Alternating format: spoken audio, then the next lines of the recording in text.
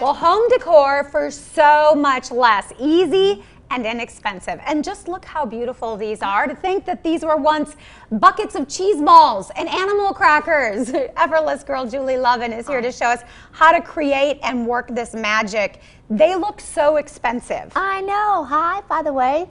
I know, Hi, it's everybody. good to have you back. I haven't seen you since Easter. I know. So today we are making, everything is expensive right now and gas is so expensive, so we're using what we have, using what you already likely have in your home to make beautiful faux pottery. I think it's perfect for summer to refresh an outside space, or out by your front door or something like that. And this is so simple.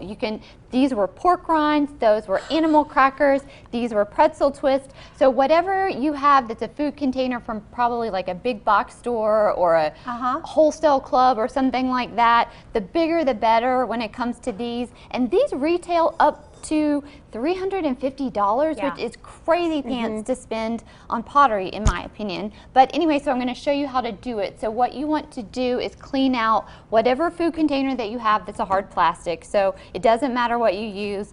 You can add some detail to it if it doesn't already have ridges. That's fine. Clean it out really well and make sure it's dry. And then wrap the top with some sort of tape, electrical tape or duct tape, or whatever kind of tape, first aid tape even works, and just to cover those ridges over.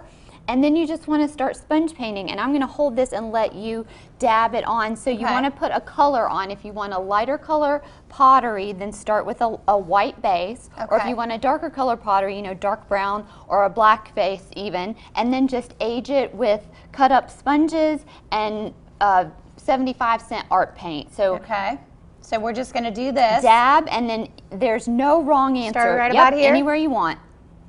And if you add too much paint or your effect gets too heavy, don't worry, you can just add another color on top of that. And that's the beauty of this, is you can't get it wrong, and you can always cover it over. And look how good that looks. And I love that for this one, you picked like 3 different shades of the brown tones. And you can, when you use a different shade each time, it adds just a little bit different texture or color. And you can see on this one, this is actually 3 different colors also. And you've got a white base, then the medium brown, and then I just did some dark brown around the edges and added a little bit of rope detail. You can add twine detail if you've got that, even yarn, or a wire, even if you've got that around your basement. And you can paint the rope also, or leave it blank. And then, as you can see, the more that you do this, you're actually turning, I think it's more into that one. And then you can see the white undertone, but it's still aged. It looks expensive. If you want to add a little bit of texture to the paint, you can add some baking soda in with your paint, and it feels a little bit more like pottery. Feels rough and And then let it dry, and nobody has to know that this used to be pork rinds or cheese balls.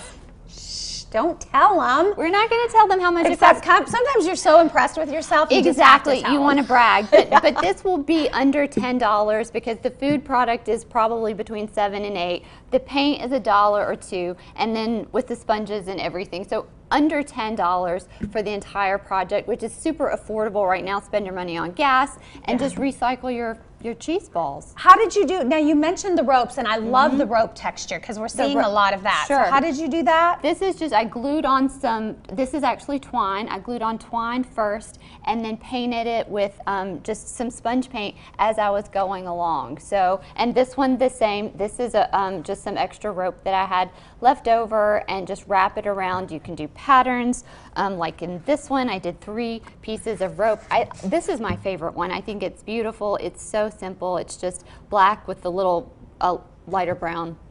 And the metallic you got with the metallic, you also, wherever you get your art paint, any art store or big box stores, even some dollar stores will have metallic colored paint in these size bottles too. So it's wherever you get paint.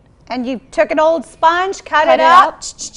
Okay, she's got more how-to videos, great stuff on her website, Facebook, also Instagram. It is effortlessgirl.com. Julie, you're a genius. I love this stuff. So simple, so simple.